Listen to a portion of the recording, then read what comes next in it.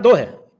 एक तो इनको लगता है कि साहब कि भारत का जो अधिकतर दलित जो है, वो शायद इन नवबौद्धों से प्रभावित है, और ये नवबौद्ध जो है, इनको तो मैं प्रकांड मूर्ख कहता हूँ। इनको बौद्ध माना ही नहीं जा सकता, सबसे पहली बात तो ये।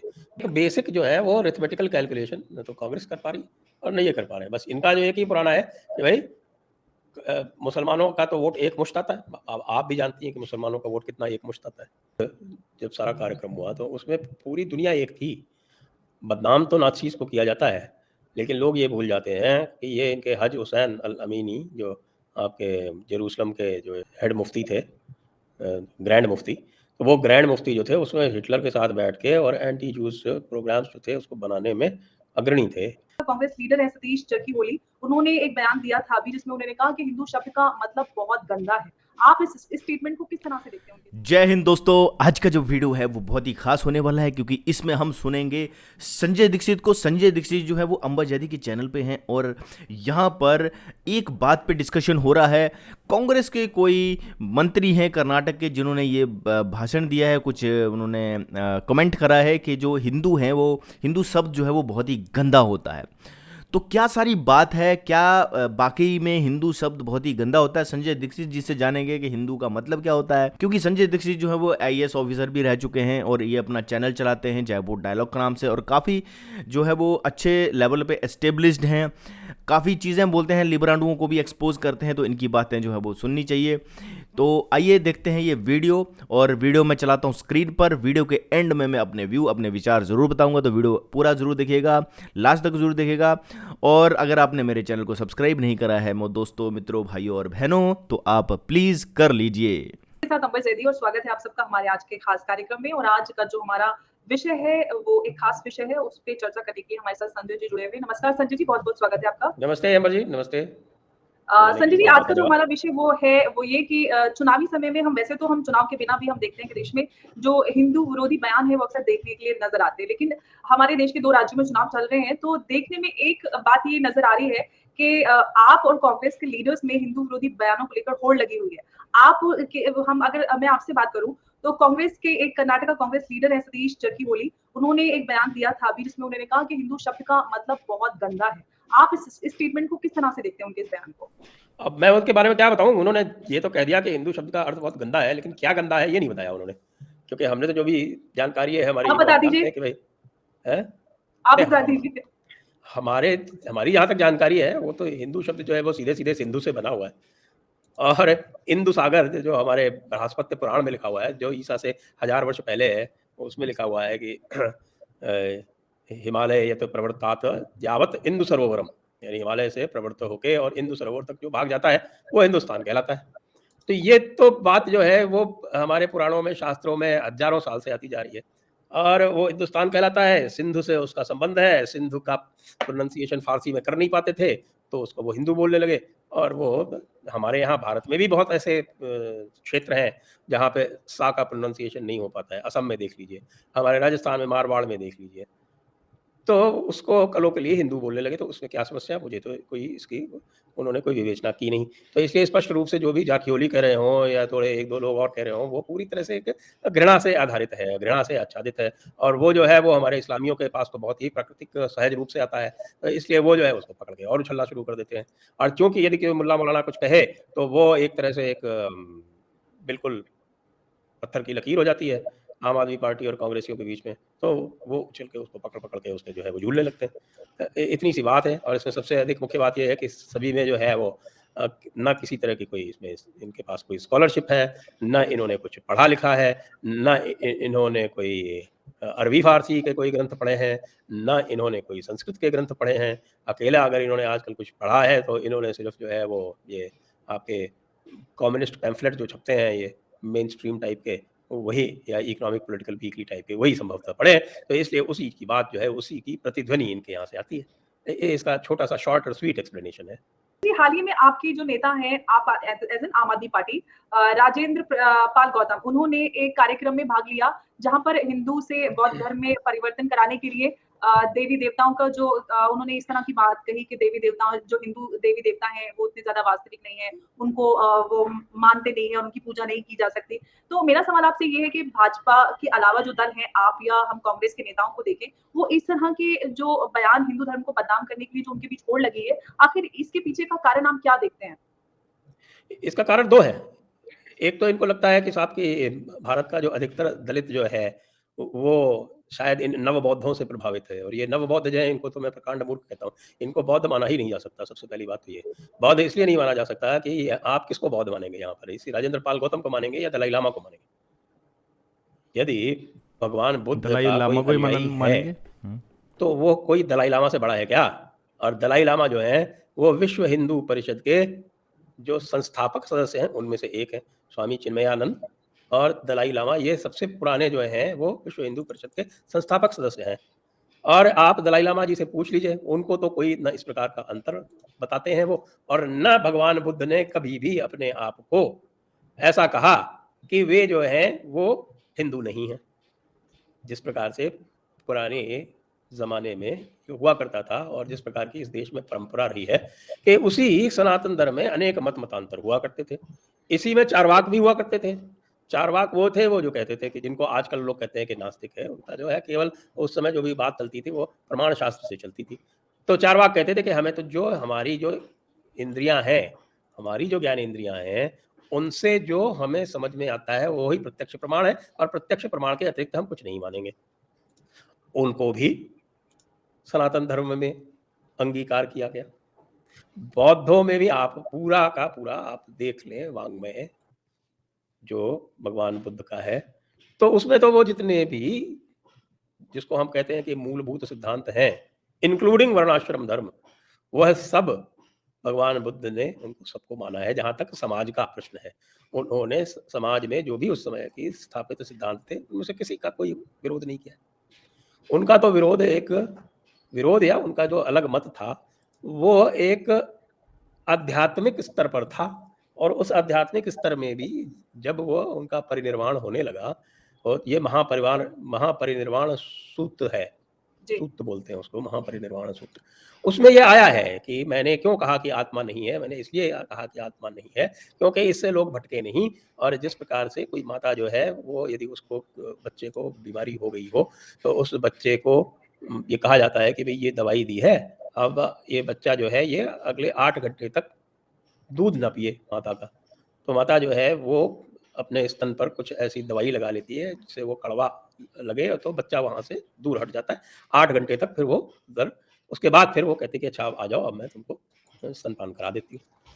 ये भगवान बुद्ध ने, इनका परिनिर्वाण सूत्र में ये कोटेड है, ये बातें जो बता रहा हूँ मैं आपको। आप चाहेंगी तो वो जो आर्टिकल है मुख्य डॉक्टर सुभाष काक द्वारा लिखा हुआ, वो भी आपको दे दूंगा मैं। तो इसलिए मैंने लोगों को ये व्यर्थ के विवाद में न पड़े, इसलिए मैंने ये कहा था। वैसे तो सत्य ही है कि आत्मा भी होती है। अच्छा, एक बात तो संजय जी ये और तो भगवान बुद्ध ने कहा था। भगवान बुद्ध के जो अहिंसा का जो उनका सिद्धांत है, उसमें किसी से घृणा, किसी से द्वेष, आप भगवान बुद्ध का साहित्य देख लीजिए, उन्होंने अपनी बात कही, उन्होंने किसी को नकारने की बात नहीं कही। उन्होंने ये नहीं कहा कि साहब कि आप जो है वो ठीक है, वो अपने संघ की बात करते थे, बुद्धम शरणम गच्छामि, ये तो बाद में उनके अनुयायियों ने किया।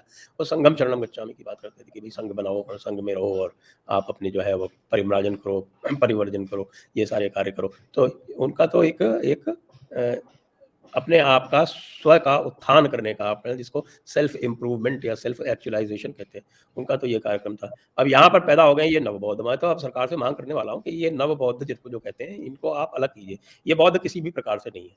भगवान बुद्ध का कोई भी ये जो उनकी जो शिक्षाएं हैं, उनकी कोई भी शिक्षा दीक्षा ये नहीं मानते। इसलिए ये जो एक घृणा का व्यापार आरंभ किया गया है, वो घृणा का व्यापार आरंभ करके वे अपनी एक पॉलिटिकल उल्लू सीधा करना चाहते हैं, और नवबौद्ध बन के जो शेड्यूल कास्ट का जो रिजर्वेशन है, उसका भी उनको लगातार लाभ मिलता रहे, इस प्रकार का उद्यम करना चाहते हैं। ये नवबौद्ध जो है एक मैं कहूँगा एक ये पूरी तरह से एक षड्यंत्र है, और भारत के विरुद्ध षड्यंत्र है। और इसको वही आपके विदेशी जो आपके क्रिश्चियनिटी वाले और ये जो है सारे के सारे जो भारत की अखंडता के विरुद्ध खड़े हुए हैं, जो आज भी कम्युनिस्टों की जो अधिकारी थीसिस थी वो उसको मानते हैं, ये वो लोग हैं सारे के सारे। इसलिए इनके एक तरह से जो मैं कहूँगा कि जो गंगाधर अधिकारी की आपने पता नहीं आपने वो पढ़ा है कि नहीं पढ़ा है पोजीशन पेपर गंगाधर अधिकारी का, जिसमें भारत को 17 टुकड़ों में बांटने की बात कही गई थी। 1942 में क्रिप्स मिशन आया था, उसके सामने इन लोगों ने रखा था उसको। आज तक किसी भी कम्युनिस्ट ने, किसी भी इस्लामिस्ट ने, किसी भी क्रिश्चियन ने उसका विरोध नहीं किया, और वही काम ये नवबौद्ध भी कर रहे हैं। तो जितने लोग भारत की संप्रभुता, अखंडता, सार्वभौमिकता के विरुद्ध हैं, वे सारे के सारे ये गंगाधर अधिकारी पोजीशन पेपर पे चल के भारत को तोड़ना चाहते हैं, और उसके लिए ये भांति-भांति के स्वांग करते रहते हैं समय-समय पर। अच्छा संजय जी, एक सवाल मेरा आपसे ये है कि अब जबकि चुनावी समय में ये हमने देखा है कि आप और कांग्रेस पार्टी के नेताओं की तरफ से इस तरह के बयान जो आ रहे हैं, तो एक बात मैं आपसे समझना चाहती हूँ कि आखिर इस तरह के जो हिंदू विरोधी बयान देकर या हिंदू देवी-देवताओं को गाली देकर ये कौन-सी कोइंसिडेंसी को इम्प्रेस करना चाहते हैं? देखिए, कॉन्स्टिट्यूएंसी तो उनके पास, सबके पास एक ही है। उनको ये लग रहा है, ये मैंने कई बार कई कांग्रेसियों से भी पूछा कि यार ये तुम बता दो कि यार तुमको बाकी तो सब ठीक है, लेकिन एक जो बेसिक अरिथमेटिक है, जो बिल्कुल आरंभिक गणित जिसको बोलते हैं, अंकगणित है, वो तो तुमको पता होगी ना। तो ये तो तुमको पता ही होगा कि जो 86% है वो 14% से बड़ा होता है या नहीं होता है? तो ये एक बेसिक जो है वो अरिथमेटिकल कैलकुलेशन न तो कांग्रेस कर पा रही और न ये कर पा रहे हैं। बस इनका जो एक ही पुराना है कि भाई मुसलमानों का तो वोट एकमुश्त आता है। अब आप भी जानती हैं कि मुसलमानों का वोट कितना एकमुश्त आता है। मैंने तो लखनऊ में रहा हूँ चूँकि, तो मैंने तो शिया सुन्नियों के दंगे देखे हैं लखनऊ में, और देवबंदी और बरेलवियों को आपस में झगड़ते देखा है, और आके एक दूसरे की मस्जिदों में नहीं जाते। और आज भी आप देख रहे हैं कि पसमानदा और आपके अशराफ जो हैं वो आपस में झगड़ रहे हैं। तो कि इनका तो एक मुश्त आ जाएगा, और फिर जो एक दो कोई आप जो है वो हिंदुओं में से जातियां जो है उनको पकड़ ले तो हमारा काम हो जाए। ये पुरानी फिलॉसफी थी किसकी? कांग्रेस की। अब वो काम नहीं कर रही है, आप देख रहे हैं कितने अरसे से काम नहीं कर रही है। लेकिन ये जो है वो बार-बार देश को उसी तरफ ले जाना चाहते हैं। क्या ये शॉर्टकट है कि जब पार्टियाँ जो हैं वो आलसी हो जाती हैं, लेज़ी हो जाती हैं, राहुल गांधी की तरह हो जाती हैं। राहुल गांधी का हाल ये है कि वो गुजरात में नहीं जाएँगे, हिमाचल में नहीं जाएँगे, दक्षिण में भारत जोड़ो यात्रा कर रहे हैं, और जहाँ भी जाते हैं वो वहाँ पर उल्टी-पुल्टी झगड़ा कराने की बातें करते हैं। महाराष्ट्र में जाएँगे तो गुजरातियों के विरुद्ध बोल देंगे, और कहीं जाएँगे तो हिंदुओं के विरुद्ध बोल देंगे। उनके जो नेता हैं वो आपस में कहीं हिंदी और तमिल में झगड़ा कराएँगे। तो ये जो एक बुद्धिहीनता की जो पुरानी जो एक राजनीति हुआ करती थी, जो उस समय तो चल गई, लेकिन अब आजकल के युग में जब हर व्यक्ति जो है वो सूचना से जुड़ा हुआ है, तो वो कैसे चलेगी? लेकिन वो टेम्पलेट वही है कि मुस्लिम प्लस 1 और 2 मेजर हिंदू कास्ट, ये कर लो, चुनाव जीत जाओगे। मोदी जी ने सारा मामला उल्टा कर रखा है। उन्होंने जो है वो जिसको कहते हैं कि United spectrum of Hindu votes बना दिया है बहुत स्थानों पर। उत्तर प्रदेश में देखा होगा आपने कैसा काम किया वो। तो इसके बीच में उठापटक चल रही है। एक जो है वो अधिक से अधिक लोगों को यूनाइट करना चाहते हैं, दूसरे सबको तोड़ना चाहते हैं। तो पावर गेम जो है वो पुरानी स्टाइल का पावर गेम जब चलाते हैं तब उसमें आम आदमी पार्टी और आपके कांग्रेस वाले इस तरह की बातें करके उनको लगता है कि सारे मुसलमान हमारे पीछे आ जाएंगे। अच्छा संजय जी, एक सवाल मैं आपसे पूछना चाहती हूँ कि चुनावी समय में जो इस तरह से हिंदुत्व को टारगेट किया जा रहा है या नीचे दिखाने की जो कोशिश है, इसके पीछे चुनावी फायदे से बढ़कर कोई और उद्देश्य है, हिंदू धर्म को नीचा दिखाने का कोई एजेंडा है? वो है तो वैश्विक एजेंडा भी तो चल रहा है ना, तो ये वैश्विक एजेंडा, इनको अगर फंडिंग चाहिए बाहर से, आजकल इनको भारत से तो फंडिंग मिलती नहीं, लोग पैसे देते नहीं, और जो कॉर्पोरेट्स हैं वो भी नहीं देते। कॉर्पोरेट्स डरते भी हैं कि मान लीजिए अगर ये आ गए तो ये पता नहीं कौन सा एजेंडा चलाएँगे, हमारा नुकसान हो जाएगा। अभी जो है जो सरकार चल रही है वो तो वैसे भी बिज़नेस फ्रेंडली है, तो पैसे वैसे इनको मिलते नहीं, तो बिल्कुल इनके सही जो कहा। बाहर के लोग जो हैं वो इनको पैसे देते हैं, उनका अपना एजेंडा है। और उनका एजेंडा आप जानते ही हैं कि अभी जैसे वो बाहर से ऑस्ट्रेलिया से एक अमेरिकन समाजशास्त्री आए, उन्होंने भी यही कह दिया साफ-साफ, तो उसको लेके जो है ये सब पूरे हिले हुए कि साहब कि ये जो वेस्टर्न एलीट्स हैं, ये बेसिकली भारत विरोधी और हिंदू विरोधी हैं। क्योंकि हिंदुओं को ये मानते हैं कि साहब कि ये एक नॉन एब्राहमिक रिलीजन है, ये हेथेन्स हैं। तो वो हेथेन मानते हुए उसको जो है वो इस तरह से व्यवहार आज भी करते हैं, ऊपर से सेक्युलर दिखते हैं लेकिन अंदर से वो पूरी मानसिकता उनकी गहराई तक बैठी हुई है। और ये लोग जो हैं आपके, आप चाहे आम आदमी पार्टी का तो बिल्कुल स्पष्ट है कि किस प्रकार से ये पूरा सेटअप ही इनका जो है वो बाहरी ताकतों द्वारा किया गया है। फोर्ड फाउंडेशन के साथ और अन्य जॉर्ज सोरोस इत्यादि के साथ जो इनके रिश्ते हैं वो जग जाहिर हैं। कांग्रेस ने भी खूब इनसे, वो बैठे हुए हैं ना आपके, क्या नाम है उनका, सैम पिट्रोडा, वो बाहर बैठ के कार्य यही करते हैं, ये लिएज़ॉन करते रहते हैं। तो इनके जो वैश्विक एजेंडा के साथ जो इनका जो गठजोड़ है, तो वो वैश्विक एजेंडा वाले जो हैं इनको विवश करते हैं कि यदि आपको हमारा समर्थन चाहिए, यदि आपको हमारी फंडिंग चाहिए, तो आपको हमारे एजेंडा पर भी बात करनी पड़ेगी।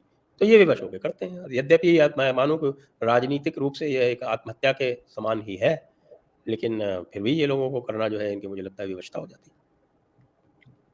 अच्छा, आपने एक इंटरनेशनल एजेंडा की बात की, तो हमने हाल ही में देखा था कि ब्रिटेन में लेस्टर में हिंदू विरोधी हिंसा देखने के लिए मिली, जहाँ पे मीडिया ने हिंदुत्व को ही उसका रीज़न बता दिया कि उनकी ये हिंदुत्व की वजह से पूरा वायलेंस हुआ है और इस तरह के आरोप लगे। कनाडा में भी हमने देखा कि मंदिरों पर हमले हुए और वहाँ पर तोड़-फोड़ हुई। तो ये सवाल मेरा आपसे है कि क्या हिंदू धर्म को बदनाम करने के लिए कोई अंतर्राष्ट्रीय इंटरनेशनल टूल किट है? देखिए, ये उसी प्रकार से आप देखेंगे कि जब जूस के विरुद्ध जब सारा कार्यक्रम हुआ, तो उसमें पूरी दुनिया डिसमेंटलिंग एक थी। हिंदूज चला हुआ है ना, बदनाम तो प्रोपेगेंडा। नाज़ीज़ को किया जाता है, लेकिन लोग ये भूल जाते हैं कि ये इनके हज हुसैन अल अमीनी जो आपके जेरूसलम के जो क्या बोलते हैं इसको, हेड मुफ्ती थे, ग्रैंड मुफ्ती। तो वो ग्रैंड मुफ्ती जो थे उसमें हिटलर के साथ बैठ के और एंटी जूस प्रोग्राम्स जो थे उसको बनाने में अग्रणी थे। और जो पोप थे आपके कैथोलिक पोप, वो भी इसमें पूरी तरह से लिप्त थे। बाद में जब हिटलर हार गया तो ये सारा का सारा ठीक रहा, होलोकॉस्ट का हिटलर के सर पे फोड़ दिया गया। और पूरे के पूरे, चाहे वो इस्लामिक हों, चाहे ये कैथोलिक्स हों, चाहे आपके नेशनल सोशलिस्ट, अगर वो भी तो नेशनल सोशलिस्ट ही थे, नाज़ी का क्या मतलब? नेशनल सोशलिस्ट पार्टी हिटलर की। तो ये जो तीनों बड़ी ताकतें हैं, तीनों ने मिल के होलोकॉस्ट का अंजाम दिया था। बाद में ये खिसक लिए। और आपने देखा होगा कि वो हिटलर का जो हॉकन क्रॉस था, जो हुक्ड क्रॉस था, उसको बता दिया कि ये स्वस्तिक है और इसलिए जो है ये हिंदू जो थे वो भी इसमें कहीं न कहीं सम्मिलित है।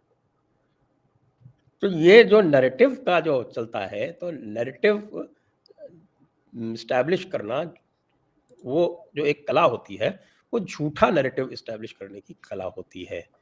अब जो है इस समय इनको ये शौक चढ़ाया हुआ है वेस्टर्न एलीट्स को विशेषकर से, क्योंकि एक हिंदू धर्म जो है वो एक इस प्रकार का धर्म है जो सर्वसमावेशी होने के कारण जो अ, आपके विध्वंसक प्रवृत्तियां हैं, चाहे वो इस्लाम में हो, चाहे क्रिश्चियनिटी में हो, चाहे कम्युनिज्म में हो, और चाहे अथॉरिटेरियन कैपिटलिज्म में हो, इनको सबको कहीं न कहीं इससे जो है वो एक भय लगता है कि साहब कि अगर ये इसका फैलाव हो गया तो बड़ी समस्या हो जाएगी। और आज की इन्फॉर्मेशन एज में ये देख रहे हैं कि इसका फैलाव हो रहा है।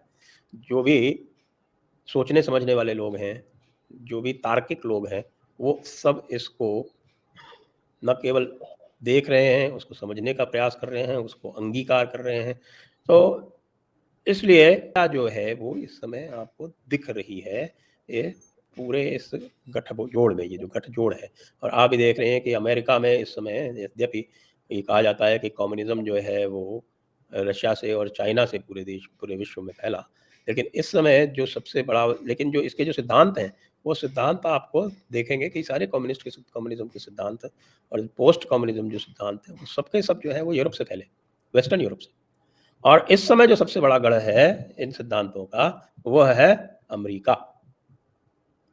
तो अमेरिका में ही यह ग्लोबल गठजोड़ जो है वो सबसे अधिक एक्टिव है, और वहीं से ये पूरा का पूरा anti Hindu agenda, dismantling global Hindutva, Audrey Truschke के टाइप लोग, ये सब वहीं से ऑपरेट कर रहे हैं, जिसमें फिर जॉर्ज सोरोस एंटी नेशनलिज्म वाले मिलके और ये सब करके इनका इस समय टारगेट ही भारत है।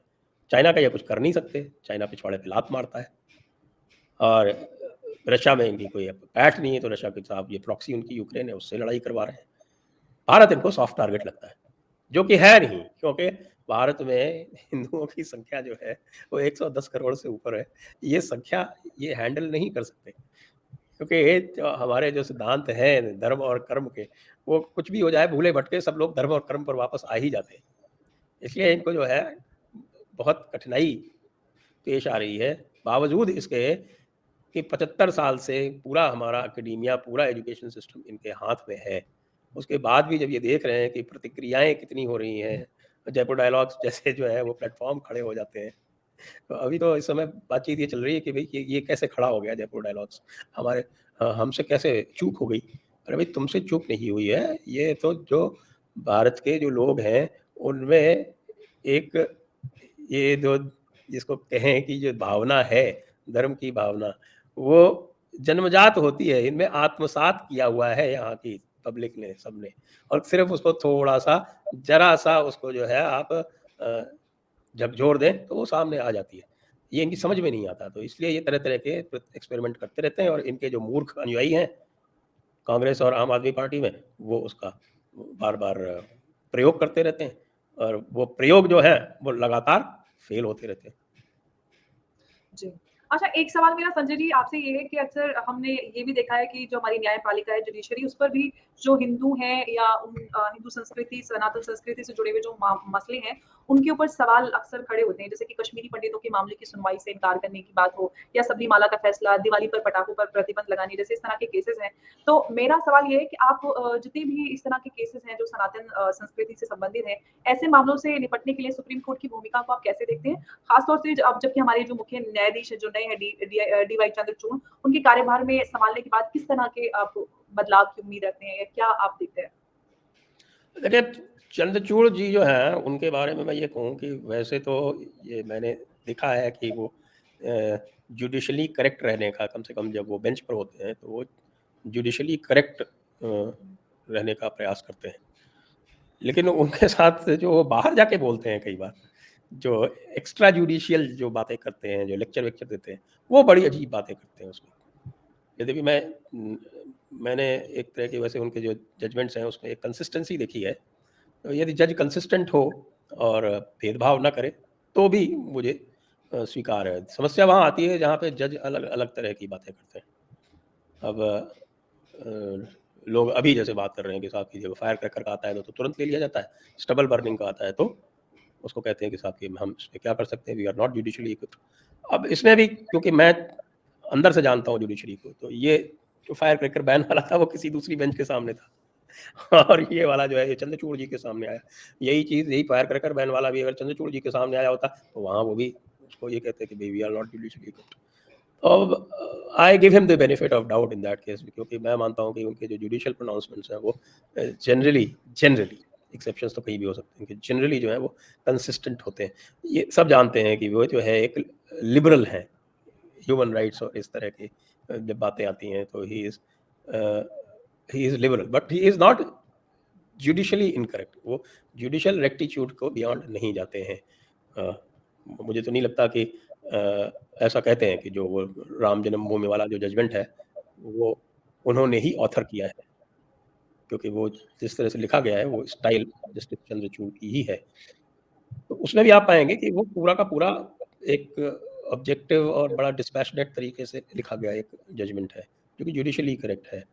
हालाँकि साजिद रशीदी जी उसको समझ भी नहीं पाते हैं ना उससे सहमत होते हैं, लेकिन वो तो खैर गधे हैं। इसलिए कि हम तो बातें समझदार लोगों के लिए कर रहे हैं, गधों के लिए नहीं कर रहे। तो ये तो है, लेकिन बेसिक प्रॉब्लम जो है वो जुडिशरी की वो यही है कि जो हमारे जो एकेडेमिया है, जो लॉ की जो पढ़ाई होती है, जो हमारा लॉ है, जिस लॉ को हम अ, पढ़ा रहे हैं वो है इंग्लिश कॉमन लॉ।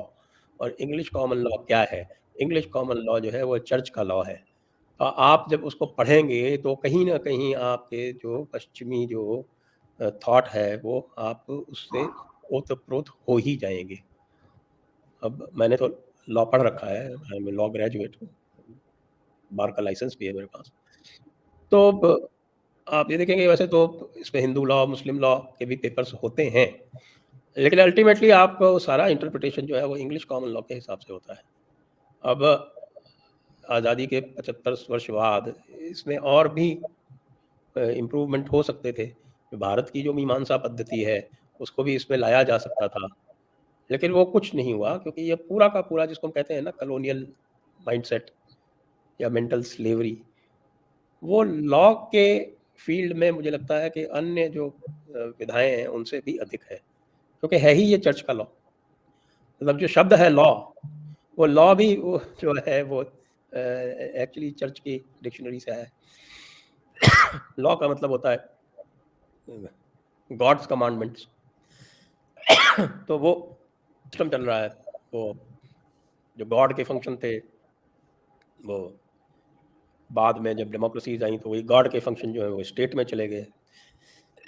उन्हीं को जो है वो जुडिशरी हमारी उसी तरह से इंटरप्रेट करती है, उसके पीछे जाती नहीं है, क्योंकि वहाँ पूरा का पूरा जूरिस्प्रूडेंस एक बाइनरी पर आधारित है, उसमें ब्लैक एंड वाइट है, there is no grey involve. अब ये लोग जब प्रैक्टिकल पे आते हैं तो प्रैक्टिकल में पाते हैं कि भाई there is always a shade of grey between black and white, तो वो फिर इंग्लिश कॉमन लॉ के हिसाब से इंटरप्रेट करने का प्रयास करते हैं तो फिर गड़बड़ हो जाती है। तो आप ये देखें, महाभारत का एक प्रसंग आता है, अगर आपने महाभारत देखी होगी जो बी.आर. चोपड़ा की थी, तो उसमें भी एक प्रसंग आता है कि युधिष्ठिर से पूछा जाता है कि किसी अपराध के लिए एक ही अपराध 4 लोगों ने किया तो उनको क्या दंड देंगे, तो वो ये कहते हैं कि भाई जो सबसे प्रिविलेज पोजीशन में है और जो ज्ञानी है उसको सबसे अधिक दंड मिलेगा उसी अपराध का। तो मुझे लगता है ये समस्या है। समस्या ये है कि हम लॉ की फील्ड में पूरी तरह से वेस्टर्न माइंडसेट और वेस्टर्न इडियम को ही पढ़ते हैं, इसलिए हम उनको इंडिविजुअली ब्लेम करें वो भी उचित नहीं है, क्योंकि इस पूरा का पूरा इकोसिस्टम ही उसी प्रकार से चल रहा है। जी, बिल्कुल आपने ये अहम बात कही है। काफ़ी समय से इसको लेकर बातें भी होती हैं, लेकिन कुछ ख़ास होता बदलाव हमें नज़र नहीं आया, क्योंकि जब अक्सर हम जब इस तरह के जुडिशियल एक्टिविज़्म जो लोग करते हैं, वो इस तरह के सवाल अक्सर उठाते हैं। लेकिन बड़े बदलाव की ज़रूरत है, क्योंकि जैसा हमारा देश है, यहाँ के लोगों की और यहाँ की जो संस्कृति है, ज़रूरत के हिसाब से हमें एक भारतीय कानून की ज़रूरत है हमारे हिसाब से। जो कि आज के समय की माँग है कि हमें बदलाव लाना चाहिए, चाहे हम माइंडसेट की बात करें या प्रैक्टिकली क्योंकि भारत में जो सनातन धर्म के अगेंस्ट में काम कर रहा है, जो भी पॉलिटिकल पार्टीज है जो सनातन के अगेंस्ट में काम कर रही है, उसको आपको समझने की ज़रूरत है। ये सारी जो पार्टियां हैं, ये राजनीतिक एक अलग चीज़ होती है। अगर सारी पॉलिटिकल पार्टियां अगर भारत के हित की बात करें तो बात समझ में आती है, लेकिन अगर आप एक सनातन जो संस्कृति है उसके अगेंस्ट में हो, क्योंकि हिंदुस्तान जो है, जो इंडिया है, उसमें सनातन संस्कृति के बिना इंडिया का जो कंसेप्ट है ना, वो खत्म हो जाता है। इंडिया बनेगा ही नहीं अगर आप जो है सनातन को ख़त्म कर दोगे। ये कोर समझने की ज़रूरत है। मैंने भी इस चीज़ को बड़े गहराई से जब समझा तो मुझे सारी चीज़ें क्लियर हो गई कि जो भारत का जो कंसेप्ट है, इंडिया का जो कंसेप्ट है, वो सनातन के बिना है ही नहीं, और सनातन ही ख़त्म हो गया तो फिर इंडिया भी ख़त्म हो जाएगा, और फिर यहाँ पर एक नया नेशन ये बना लेंगे। जैसे कि मैं एग्जाम्पल देता हूँ पाकिस्तान, जैसे कि एग्जाम्पल देता हूँ चाइना, और ये ऐसे देश हैं जहाँ पर जो एक टाइम था जब सनातन संस्कृति की पूरी धाक थी, लेकिन आज वहाँ पर ये लिबरल चीज़ें हो गई हैं और कम्युनिस्ट पार्टियों ने इस पे कब्जे कर लिए हैं और पूरा का पूरा संस्कृति को ही ख़त्म कर दिया है। इसलिए आप चाइना में जाओगे, वहाँ पर वो लोग मांसाहारी ज़्यादा हैं, वो मांस भक्षण ज़्यादा करते हैं। मैं ये नहीं कह रहा कि सनातन में हिंदू या कुछ लोग मांस भक्षण नहीं करते हैं, लेकिन यहाँ पर ना बड़ा लिमिटेड है। यहाँ पर फिर भी है कि जीव हत्या जो है वो पाप है, लेकिन जो कम्युनिस्ट हैं वहाँ पर तो खुले विचारों के लोग हैं, वो तो मतलब कुछ छोड़ा ही नहीं उन्होंने। इसीलिए जो है वो अब चाइना में जो ज़्यादा वो मतलब जानवरों को ऊपर आश्रित है, खेती बाड़ी उतनी ज़्यादा वहाँ पर नहीं है। और मैंने एक और चीज़ सुनी हुई है कि चाइना ने ना एक बार क्या हुआ था, गौरैया नाम की एक चिड़िया होती है, तो उनके यहाँ मुहिम चली कि गौरैया जो है क्योंकि आपके दाने खा जाती है तो आप चिड़िया को मारो। तो उन्होंने पूरे चाइना में एक ऐसा किया कि गौरैया को उन्होंने मार दिया। अब जैसे गौरैया मरी और इन्होंने फसल बोई, तो जो टिड्डी दल है जो फसल को खा जाता है कि वो पनपने लग गए, क्योंकि चिड़िया उनको खाती थी। अब वो टिड्डी इतनी ज़्यादा हो गई, उन्होंने फसलें उगने ही नहीं दी, वो फसल मतलब बीज बने और उन्होंने सब बर्बाद कर दिए। तो चाइना में अकाल पड़ गया था, कहते हैं इनको खाने पीने के वांदे हो गए थे। तो उस वक्त क्या हुआ कि चाइनीज लोगों ने ये बोला कि भैया अब हम तो भूखे मर जाएंगे, तो फिर उन्होंने जो है कुछ भी खाना शुरू कर दिया, और तब से ये परंपरा चल रही है कि चाइना से ही सारी बीमारियां आती हैं। ये कोरोना नाम की बीमारी भी जैसे कि आपने सुना चाइना से ही आई है। तो ये उनकी एक सोच है। लेकिन अगर भारतीय संस्कृति की बात की जाए, यहाँ पर जो है वो कृषि प्रधान देश रहा है और हमने हमेशा कृषि को ही सबसे ऊपर रखा है। आप जैसे सुनते होंगे जय जवान जय किसान, तो जय किसान का नारा हम देते हैं क्योंकि खेतों को हमने बहुत इंपॉर्टेंस दी है, धरती को हम माँ समझते हैं क्योंकि धरती हमें कुछ उगा के देती है। और जीव हत्या को हम सनातनी जो है वो गलत समझते हैं। कोई खाता है, दैट इज देयर चॉइस वो उनकी हो सकती है, लेकिन ये हमने कहा कि भैया आप खा तो रहे हो लेकिन आप जो है वो गलत कर रहे हो, ये गलत चीज़ है, इसको नहीं करना चाहिए। आप अगर किसी जीव को मार के खा रहे हो वो गलत चीज़ है। देखिए मना या कमांडमेंट नहीं है, सनातन धर्म में जो है वो कमांडमेंट नाम की कोई चीज़ है ही नहीं। अगर लोग कोई बोले ना कि भाई कमांडमेंट, तो कमांडमेंट तो सारी की सारी क्रिश्चियनिटी से आई है। और संजय दीक्षित जी ने बड़े ही बेहतरीन तरीके से जो एक्सप्लेन किया इन लिबराडुओं का जो प्रोपोगंडा है, और जो नाजीज़ की बात की जाती है कि उन्होंने यहूदी मारे, तो वो पॉइंट भी बड़ा बेहतरीन सुनने वाला था। आप फिर से सुन सकते हो अगर आपको वो क्लियर नहीं हुआ है पॉइंट, कि नाजीज़ ने जब यहूदियों को कत्ल किया, जो हिटलर की पार्टी थी उसने, मतलब उसके पीछे जो थे वो कहीं ना कहीं इस्लामी ही थे, क्योंकि आज की डेट में भी आप देखोगे और आप मेरी बात से एग्री करोगे कि जो ये इस्लामी है वो इस यहूदियों से कितनी नफरत करते हैं। एक छोटा सा देश है इजराइल, उससे भी नफरत करते हैं, मतलब उसको भी नहीं रहने देना चाहते। हम तो चाहते हैं इजराइल जो है वो पनपे फले फूले, चारों तरफ से जो है वो इस्लामिक देशों से घिरा हुआ एक देश है। बहुत अच्छे लोग हैं, साइंटिफिक लोग हैं, तरक्की करना चाहते हैं, उन लोगों को सपोर्ट करना चाहिए, लेकिन ये इस्लामी उनसे घृणा करते हैं। और कहीं ना कहीं हिटलर ने जब ये उसने नाजी पार्टी बना के इन यहूदियों को मारा, उसके पीछे भी इस्लामिक सोच थी, क्योंकि जैसे कि संजय दीक्षित जी ने कहा वो मीटिंग करता था हिटलर उन इस्लामियों से, और क्योंकि उसने बोला कि ठीक है मुझे इनको मारना है, तो फिर इस्लामियों ने भी उसको सपोर्ट किया और इन्होंने इस बड़े लेवल पर इस जो यहूदियों का नरसंहार किया था। इतिहास में ऐसा खूनी खेल खेला गया था इन इस्लामियों के द्वारा हिटलर को सामने रखकर। वैसे ही इंडिया की अगर मैं बात करूं तो इंडिया में भी ऐसे ही कुछ चेहरे हैं जो आपको लगता है, जो सनातन के चेहरे हैं, हिंदू के चेहरे हैं, जो लगता है आपको हिंदू हैं, लेकिन ये लोग एक्चुअल में हिंदू नहीं हैं। ये कहीं ना कहीं इनके पीछे जो सोच है वो इस्लामियों की है। तो मैं सनातनियों को आगाह कर देना चाहता हूँ, उनको ये बता देना चाहता हूँ कि अगर आप भी अपना हश्र यहूदियों जैसा नहीं होने देना चाहते हैं तो अपने आप को पहचानिए, अपने आप को जानिए कि हम क्या हैं। आपको अपने जो चीज़ों को जो है समझना है, आपको ये पढ़ना है कि सनातन क्या है, सनातन संस्कृति क्या है। सनातन संस्कृति जो मैं इतना बता दूं, आपको गारंटी देता हूँ, सनातन संस्कृति जितने भी धर्म रिलीजन आप सोचते हैं दुनिया में है, सबसे बेहतरीन है, ये सबसे बेहतरीन है। अब आप इसको जाइए, खोजिए। इसके साथ दोस्तों वीडियो समाप्त करता हूं। उम्मीद करता हूं आपने ये वीडियो को से कुछ ना कुछ सीखा होगा, कुछ ना कुछ जाना होगा। वीडियो अच्छा लगा है तो वीडियो को लाइक जरूर कीजिए, शेयर जरूर कीजिए, अपनी राय सजेशन कमेंट बॉक्स में ज़रूर बताइए दोस्तों। मिलूंगा नेक्स्ट वीडियो में, तब तक के लिए दोस्तों जय हिंद, वंदे मातरम।